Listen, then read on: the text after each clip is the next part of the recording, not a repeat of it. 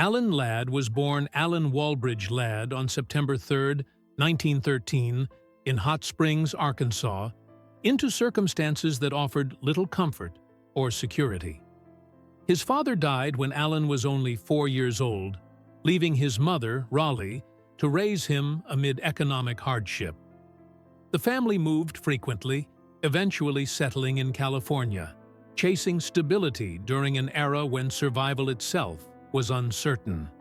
As a child, Ladd faced malnutrition and illness that affected his physical development, leaving him notably small in stature as an adult. Yet these limitations forged something powerful within him.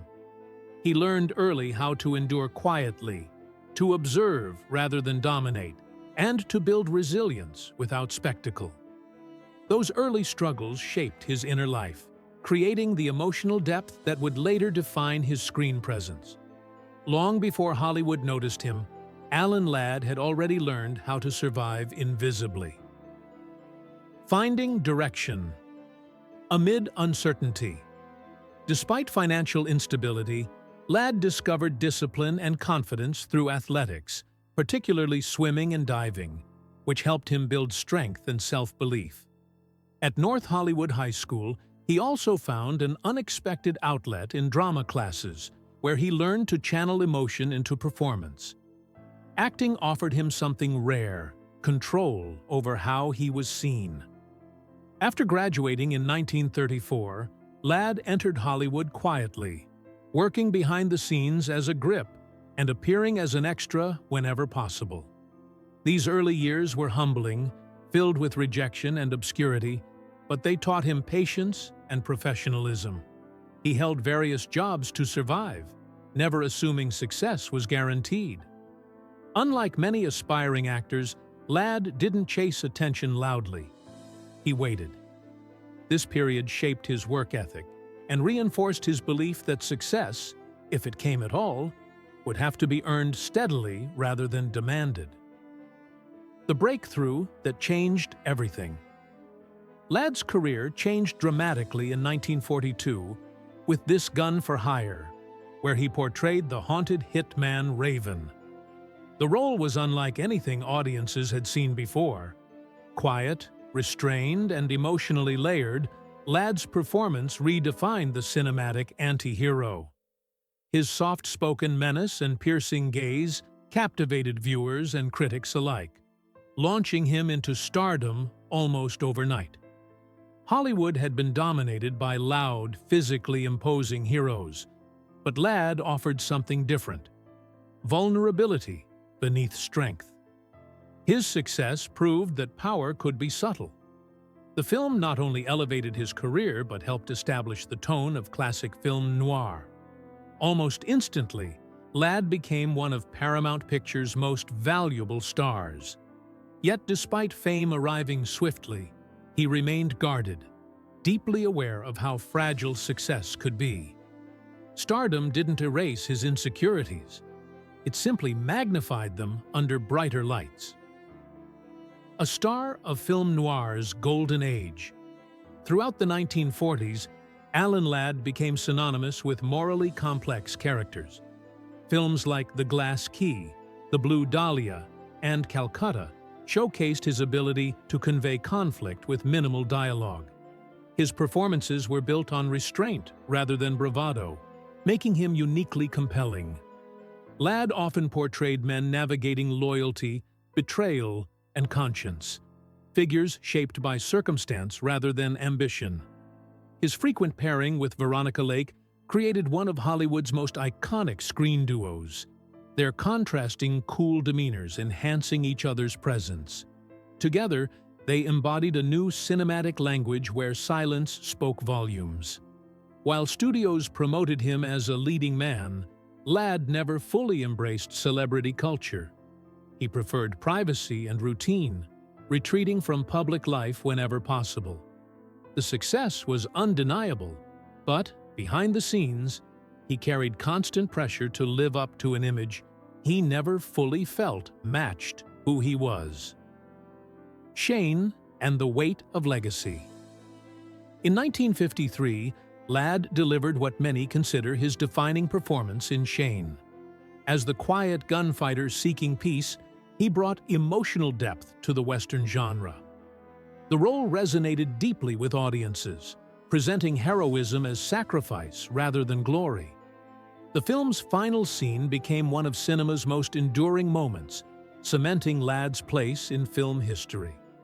Yet the experience itself was demanding. The production required emotional intensity and physical precision, and Ladd took the responsibility seriously. His performance was widely praised for its subtlety and humanity, standing in contrast to more traditional Western leads.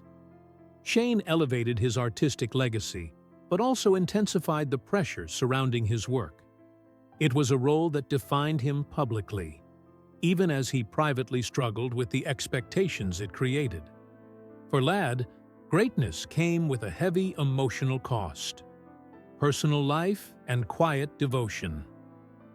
Ladd's personal life reflected his desire for stability. His first marriage, to Marjorie Jane Midge Harold, began during his struggling years and produced his first son, Alan Ladd Jr. Though the marriage ended, it remained an important chapter in his life. His second marriage, to Sue Carroll, proved enduring and transformative. Sue, a former actress turned talent agent, became both his partner and protector in Hollywood's demanding environment. Together, they built a family that included their children Alana and David, along with Sue's daughter from a previous relationship. At home, Ladd was known as gentle, reserved, and deeply loyal. Family life provided refuge from the pressures of fame. Sue remained his strongest advocate, managing his career while shielding him from excess scrutiny. Their partnership was one of mutual respect, built on trust rather than spectacle. A professional rivalry that left its mark. While Alan Ladd was known for his professionalism, one working relationship proved especially difficult during Shane. His collaboration with Jack Palance was marked by tension, largely due to contrasting personalities and working styles. Palance's intense physical presence and immersive approach differed sharply from Ladd's quiet precision. On screen, this contrast heightened the drama and contributed to the film's success. Off-screen, however, the dynamic was challenging. Ladd valued control and subtlety, and the heightened intensity surrounding certain scenes left him uncomfortable. Over time, the experience became emotionally taxing rather than creatively rewarding. Though the rivalry was never publicly dramatized by Ladd, it lingered privately. He preferred not to revisit the experience in later years, choosing instead to focus on his work rather than conflict. The irony remained that their friction contributed to one of cinema's most unforgettable confrontations: the slow shift of Hollywood. As Hollywood evolved in the late 1950s, Ladd found himself navigating a changing industry. New stars emerged, and storytelling styles shifted away from the understated roles that had defined his career. Though he continued acting and producing, later films received mixed responses. Health challenges also began to interfere with his work, limiting his physical stamina and emotional resilience. Still, Ladd remained committed to his craft, refusing to withdraw entirely. He explored producing as a way to maintain creative control and stability.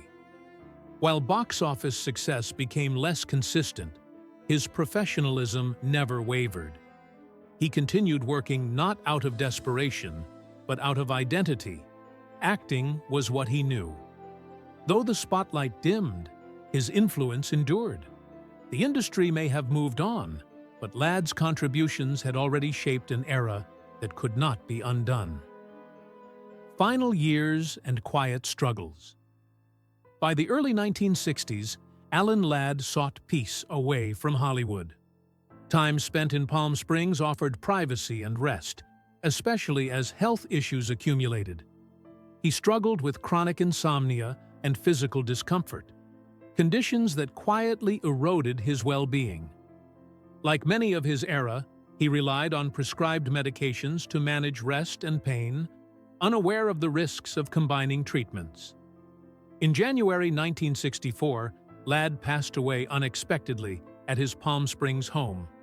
Authorities determined his death to be accidental, the result of complications from prescribed substances rather than intentional harm. The news shocked Hollywood and devastated his family. Friends later recalled that he had appeared exhausted but hopeful, still making plans. His passing was not the end of a troubled man, but the loss of a deeply private soul who had carried his burdens quietly for decades. Legacy beyond the screen. Alan Ladd's funeral reflected the respect he earned throughout his life. Colleagues remembered his generosity, humility, and unwavering professionalism. He was laid to rest with personal mementos that symbolized love rather than fame, underscoring the man behind the image. His final film, The Carpetbaggers, was released shortly after his death, reminding audiences of his enduring screen presence. Beyond cinema, Ladd left a lasting legacy through his children, particularly Alan Ladd Jr., who would go on to shape modern filmmaking by championing groundbreaking projects. Today, Alan Ladd is remembered not just as a star, but as a performer who redefined masculinity on screen, proving that strength could be quiet, heroes could be conflicted, and power could exist without volume. His work endures because it feels human, shaped by struggle, restraint, and an unmistakable emotional truth.